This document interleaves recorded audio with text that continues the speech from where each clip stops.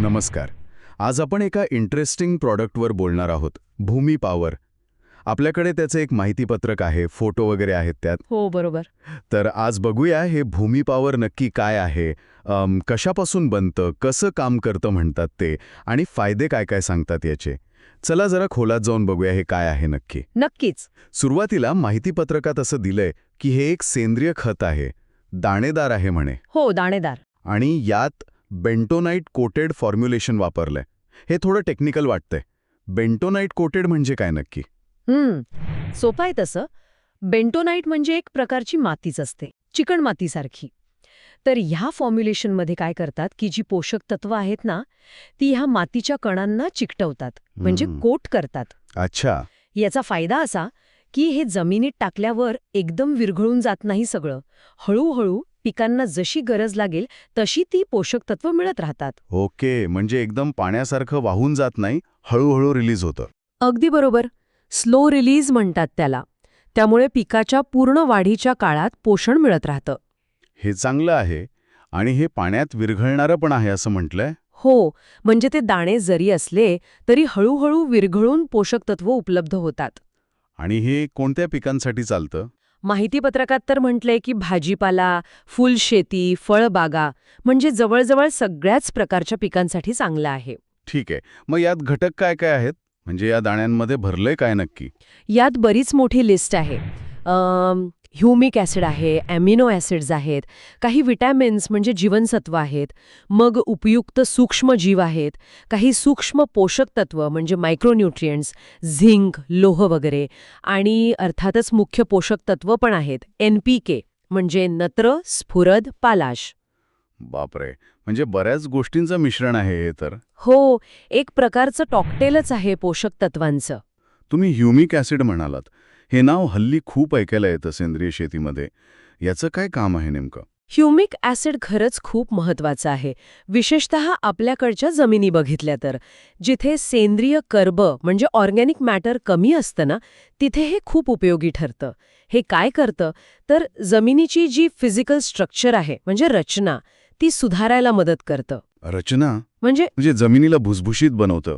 त्यामुळे मग काय होतं, हवा खेळती राहते मुळांपर्यंत, पाणी धरून ठेवण्याची क्षमता वाढते जमिनीची. अच्छा. आणि सगळ्यात महत्वाचं म्हणजे जमिनीत जी काही पोषक तत्व असतात ती पिकांना घेण्यासाठी सोप्या फॉर्ममध्ये आणायला हे मदत करतं. हे इंटरेस्टिंग आहे. माहितीपत्रकात पण असं वाक्य आहे की जमिनीत अडकलेली पोषक तत्वे मोकळी करून पिकांपर्यंत पोचवते. हे कसं होतं? म्हणजे कुलूप उघडल्यासारखं काहीतरी. अगदी अगदी तसंच समजा. म्हणजे कसं असतं, जमिनीत काही पोषक तत्व असतात पण ती अशा स्वरूपात असतात की झाडं ती घेऊ शकत नाहीत, जणू काही ती लॉक झालेली असतात. ह्युमिक ॲसिड आणि यातले इतर घटक काय करतात, ते या लॉक झालेल्या तत्वांना अनलॉक करायला मदत करतात, ती झाडांना उपलब्ध करून देतात. वा, म्हणजे हे फक्त स्वतः पोषण देत नाही तर जमिनीतलं असलेलं पण वापरायला मदत करतं. बरोबर. हा त्याचा एक मोठा फायदा आहे. अजून काय फायदे सांगितले आहेत? जमिनीच्या रचनेबद्दल तुम्ही म्हणालात ना? हो, रचना सुधारते, भुसभुशीतपणा वाढतो, त्यामुळे साहजिकच पाणी आणि पोषक तत्वांचं शोषण चांगलं होतं झाडांकडून. आणखी एक गोष्ट म्हणजे यातले सूक्ष्मजीव. हो, सूक्ष्मजीवांचा उल्लेख होता.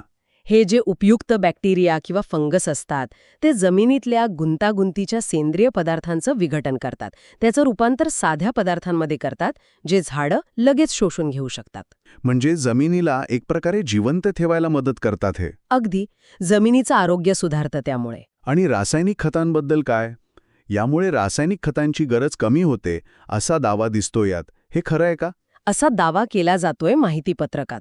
त्यांचं म्हणणं असं आहे की जर तुम्ही हे नियमित वापरलं तर जमिनीची नैसर्गिक सुपीकता वाढते आणि मग हळूहळू तुम्हाला रासायनिक खतांवरचं अवलंबित्व कमी करता येऊ शकतं.